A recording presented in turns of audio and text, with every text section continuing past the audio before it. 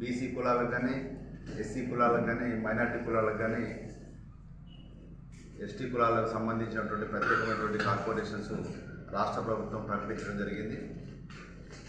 మరి ప్రధానంగా అన్ని కులాలు ఇస్తూ మళ్ళీ ఉప కులాలు కూడా కార్పొరేషన్లు ఏర్పాటు చేస్తున్నామనేటువంటి రాష్ట్ర ప్రభుత్వం ప్రకటన జారీ చేయడం జరిగింది.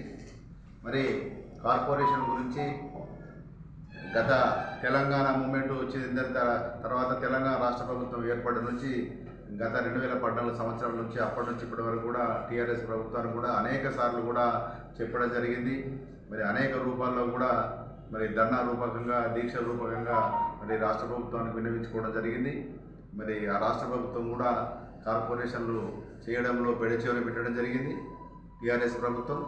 మరి వాళ్ళ కాంగ్రెస్ ప్రభుత్వం కూడా మరి 16 కార్పొరేషన్లు ప్రకటించడంలో భాగంగా దానిలో ప్రధానంగా విశ్వకర్మ సంబంధించినటువంటి విశ్వబ్రాహ్మణ్స్, పంచదాయలు ఏదైతే పంచదాయలు ఉన్నాయో ఇవల్ల ఏదైతే వడ్రంగి, స్వర్ణకారులు, కమ్మరి, కంచరి, శిల్పు సంబంధించినటువంటి చేతి వృత్తులు గత 30-40 సంవత్సరాల నుంచి కూడా చేతి వృత్తులు మరి అడిగట్టిపోయినటువంటి సందర్భాలు ఉన్నాయి. ఇవల్ల మరి అట్లాంటి పరిస్థితుల్లో వాళ్ళు భూములు లేవు, మరి ఉద్యోగాలు లేనటువంటి కుటుంబాలు, కనీసం ఇల్లు కూడా సరిగా లేనటువంటి ఈ విశ్వబ్రాహ్మణులకు అనేక సార్లు ఇవాళ ప్రభుత్వం దృష్టికి, రాజకీయ నాయకుల దృష్టికి కూడా తీసుకెళ్లడం జరిగింది సంక్షేమం గురించి.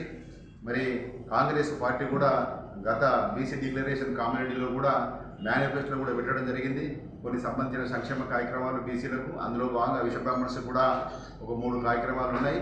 మరి ఇవాళ కార్పొరేషన్లు 16 కార్పొరేషన్లు ఏర్పాటు చేయడం ద్వారా మరి దానిలో విశ్వబ్రాహ్మణులకు కార్పొరేషన్లు లేకపోవడం, విశ్వబ్రాహ్మణులకు కార్పొరేషన్ కేటాయించకపోవడం అనేది చాలా బాధాకరమైనటువంటి విషయం.